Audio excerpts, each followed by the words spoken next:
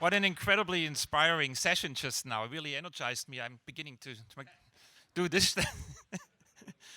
I'm very upset that I was unable to join you this morning because I'm sure the session with James was fantastic on the future in Ethel.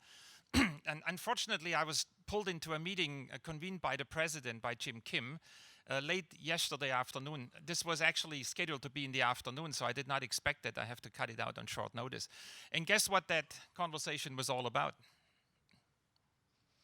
It was all about what Dorothy just put in front of us as one of the challenges for us as a global practice.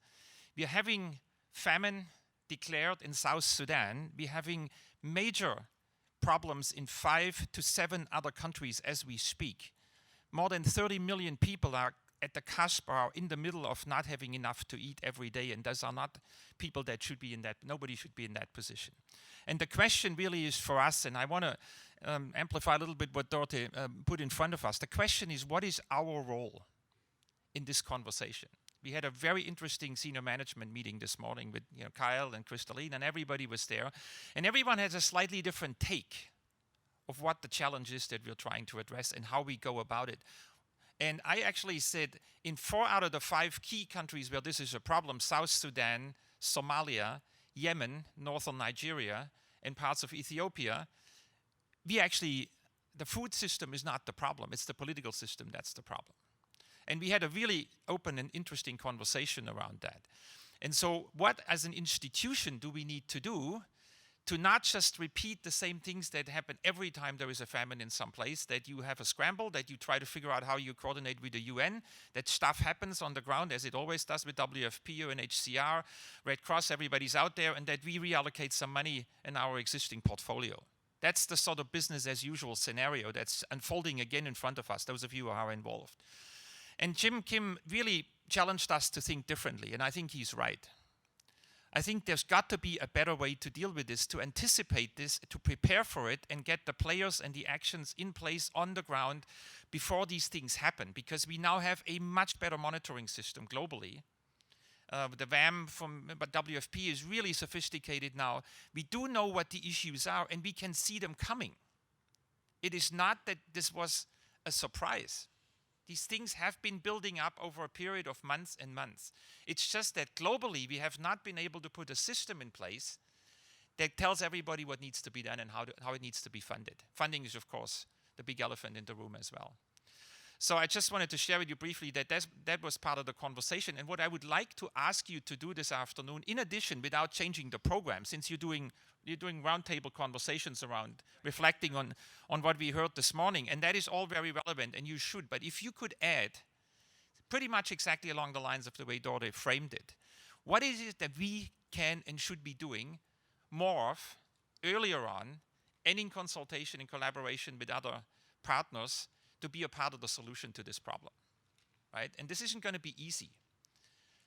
Jim Kim made a very interesting observation. So remember the Ebola crisis. Similar conversation. How many more deadly bugs does it take for the world to not wait until 10,000 people have to die, but to be ready for it, have the money in place, have everybody ready who needs to get involved, and move before it escalates? It's a very good parallel to what we see in the current famine situations in these countries. And in the Ebola case, what we did is create this response facility, which is backed up by insurance and reinsurance. And so now, when there is a similar case for Ebola and it gets triggered, there will be several $100 million on the table ready to be used without major bureaucratic processes. It's a bit like the CAT DDO, catastrophic DDO, for those who worked in the Caribbean, you know the story. When the storm hits, the money is there, it gets triggered, it gets released. The last time this happened, it took, I believe, 7 days or so for a serious amount of money to be put in government hands and to roll out what the response was needed. We don't have anything like this for famine. And he said, can you people think about anticipating the next famine? We don't know which country it's going to be, although we have you can narrow it down to a subset of countries where this is likely to happen.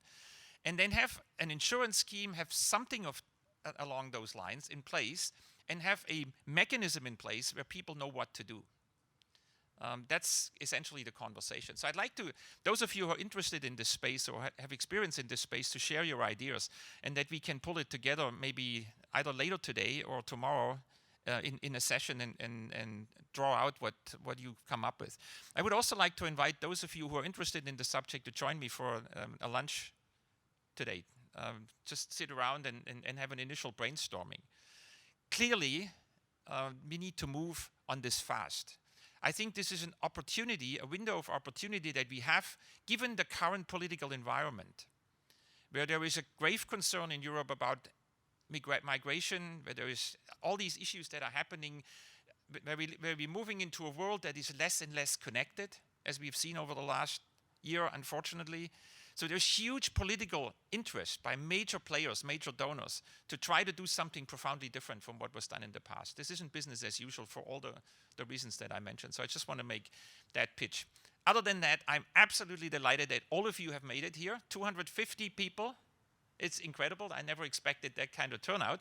You talked about this morning, I suppose. So I want to thank all of you for coming as well. I know Wessel did this already. And I really hope you contribute this week with everything you've got.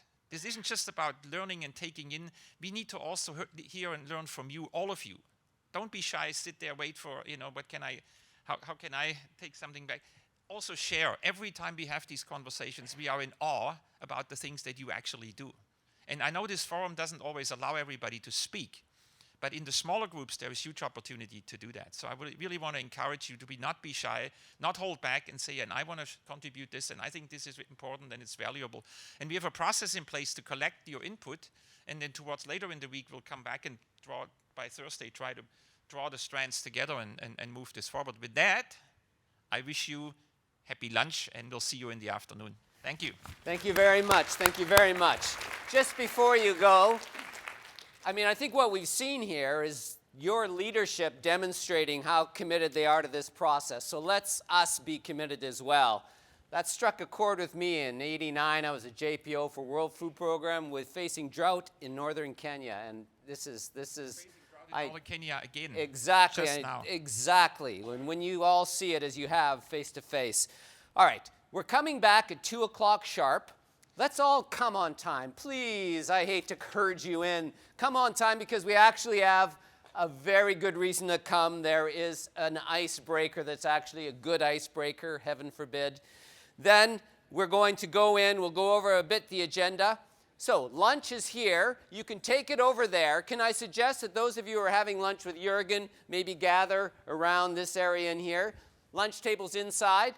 Let's see you back at 2 o'clock, and it was a great morning. Well done. Well done. Give yourselves a green card. Yes.